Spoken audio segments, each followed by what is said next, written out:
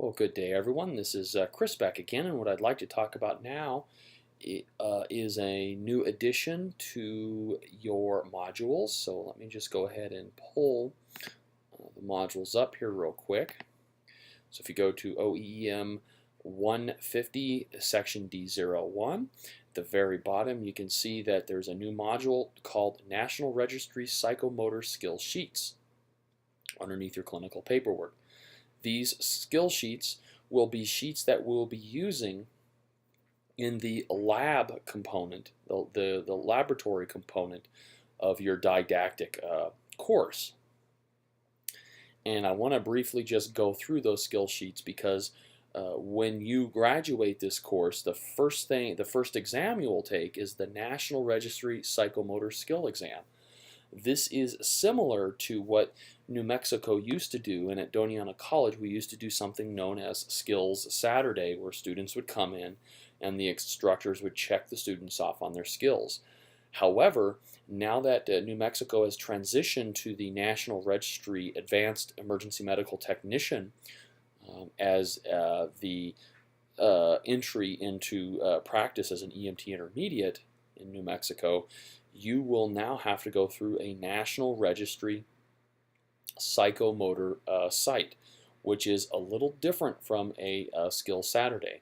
A Skill Saturday has typically been a bit more on the informal side, even though we check things off and you were given kind of the chance to kind of go back and revise your prior plan and so on and so forth. National Registry is a little different, so I want to go ahead and familiarize you with these sheets, and we will actually be working through these sheets during lab to get you familiarized with the process of using them. So let me go through those sheets real quick.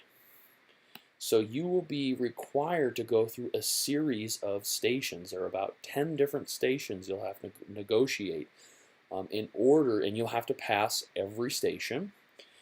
And in order to complete this, I'll go ahead and just kind of talk a little bit about the stations. So first you'll have to go through a trauma station, and this is the trauma sheet, and you'll be able to download this again right from Canvas. This is the exact sheet that you'll be tested on. You'll be given a scenario. Nobody knows what scenario. It could be any number of traumatic type scenarios. You will come in, you'll do your body substance isolation, you'll do a scene size up, you do your primary survey and resuscitation, your ABCs, make a transport decision. En route, you're going to have to get a history and complete set of vitals and do a secondary assessment on the patient. And that is the patient assessment trauma station that you'll have to complete. The next one will be a patient assessment medical. And let me go ahead and pull that up. And it'll be, again, an adult medical patient. You'll come in, do your BSI, you'll do your scene size up, you'll perform a primary survey and ABCs, and then you will do a history taking and secondary assessment on your patient and get your history of present illness, your past medical history, a focus assessment, vital signs, and you'll have to perform the appropriate diagnostics such as ECG monitoring, blood glucose assessment, and so on and so forth, and then finally complete a reassessment.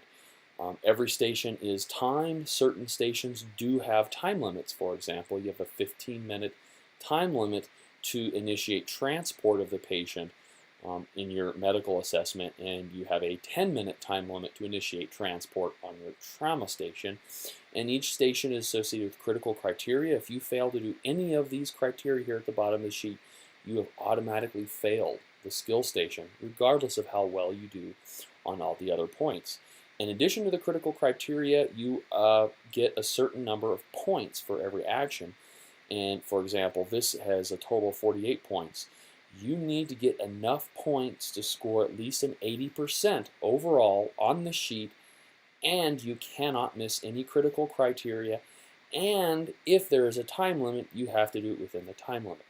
So you can see that this is a bit more formal than you may be used to, and you have very set critical criteria, and you have set times that you must meet in some cases. So that was the second station. The next station that I'm going to talk about is an adult supraglottic airway. And you have an adult patient, and you will have to manage their airway. You have an apneic patient with a pulse. You'll have to manage their airway using basic adjuncts. You'll have to bag them. You'll have to connect the BVM to high FiO2 oxygen. You'll have to bag that patient for at least 30 seconds. And then medical control will order replacement of a supraglottic airway. You'll have to have your assistant pre-oxygenate, and then you'll go ahead and prepare the airway device, lubricate the distal tip, and so on. And you get to choose between one of two devices on National Registry. You'll be able to choose either the King LTDS airway or the esophageal tracheal combi tube. Now, at the New Mexico level, we also do educate providers how to use the laryngeal mask airway, the LMA. However, on National Registry, it'll be those two airways. You get to choose one. You have to place it properly. You have to ventilate through it properly once it's placed. You have to confirm placement using capnography, capnometry, esophageal intubation detector, lung sounds, chest rise and fall, and so on. And then you have to secure it. This station also has critical criteria, and there are some time limits associated with it as well. Okay, so that's the third station that you'll have to get through. The fourth station that I'm going to talk about is the IV and IV bolus medication. In this station, you'll come in and you will have to initiate an IV on a IV arm, the IV arms that we'll be training on in class. And you are timed. You have a total of 6 minutes. 6 minutes. When you start, at the very beginning, you've got to check your IV, you've got to select your catheter, your admin set, you've got to spike the set, you've got to fill it, you've got to tear your tape out, you've got to get your BSI on, you apply tourniquet, find a vein, palpate it, clean the site, perform your venipuncture, get the IV in, dispose of the needle, release the tourniquet, attach, run the IV, make sure it's patent, and then secure it, and adjust for appropriate flow rate that is appropriate for the scenario that you're given. You have a total of 6 minutes to do all of that. And then also associated with the station, once the IV has been established, you'll be given another scenario, and you will have to administer a IV push medication. It could be any number of medications that are within your scope of practice. Things like epinephrine 1 to 10,000, 1 milligram IV push for cardiac arrest, or 25 grams of dextrose 50% for a hypoglycemic patient, or perhaps you're giving a medication for nausea, or an antihistamine like diphenhydramine, or naloxone for narcotic or suspected narcotic overdose. You will have a total of 3 minutes to administer this medication. The IV is already established at this point. You'll have to ask about allergies. You'll have to state the correct medication. You'll also have to assure that the correct concentration. You'll have to assemble if it's a pre-filled syringe. Do your BSIs, clean the injection port, reaffirm medication, stop the IV flow, push it at the appropriate rate, dispose of equipment as needed, turn the IV back on, and then reassess the patient. You have a total of 3 minutes to do that. Okay, so that's the IV medication station. So far we've talked about trauma assessment, medical assessment, supraglottic airway, IV, and IV medication. The next station that you'll have to do is cardiac arrest management. And you'll have to manage a patient in cardiac arrest using basic life support, CPR, and an automated external defibrillator. Basically, this station is the same kind of thing that you learned when you took CPR. You do your BSI, scene safety, talk to bystanders, check for responsiveness, do your ABCs, begin CPR, attach the AED, power it on, attach the pads, deliver shock if a shock is advised, resume compressions, and so This station again has time limits associated with it and critical criteria. Okay, the next station that I want to talk about is the intraosseous infusion. And this is pediatric interosseous infusion. And you will also, in lab, will be learning how to do IO interosseous infusion on adult patients. But at the registry level, you'll only be tested on pediatric. The insertion is the same on both adult and pediatric patients. However, the size of the needle and equipment we use is a little different. This station is like the IV station, that you have to establish an interosseous infusion within the 6-minute time limit, all the way from your bag and checking the fluid, to setting the equipment up, to inserting, and to assessing and ensuring that the IO device is in proper place.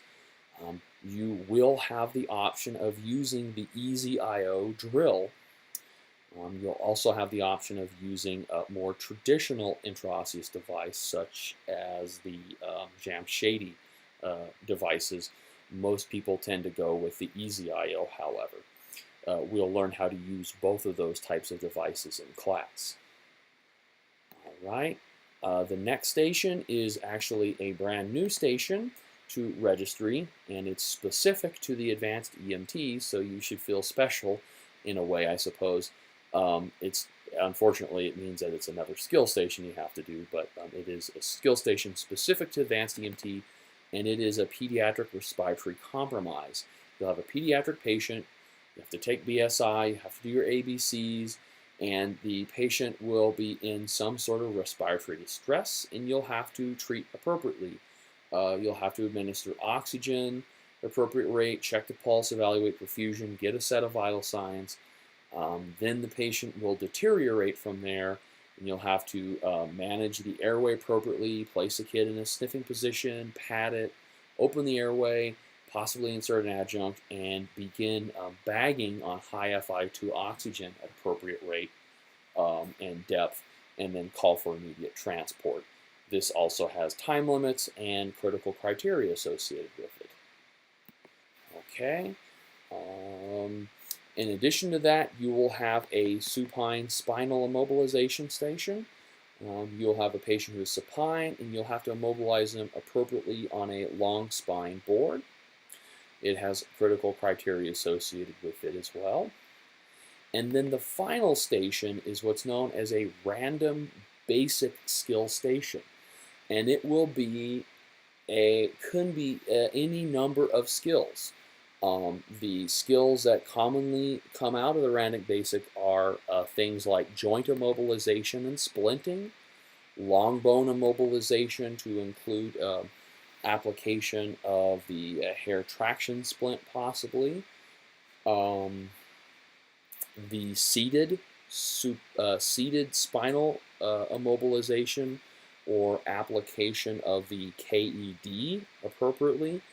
And what we find the most commonly chosen random basic skill station for the last 2 semesters has been the hemorrhage and shock management station, which is fairly new to the National Registry. And basically what you have is you have a patient who is hemorrhaging profusely. You apply direct pressure to the wound.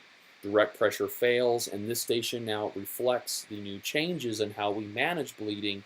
And if direct pressure fails, we move to a tourniquet and apply a tourniquet appropriately. And then we have to manage the patient for cellular hyperperfusion or shock, properly position them, administer oxygen, prevent heat loss, and call for immediate transport.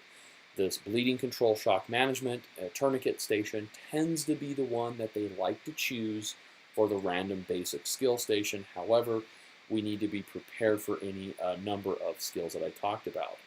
Okay guys, so hopefully this introduction to the National Registry skill sheets was helpful, and we will definitely be working through every single one of these as we start working through scenarios in the lab. So we will see you guys in class. Take care.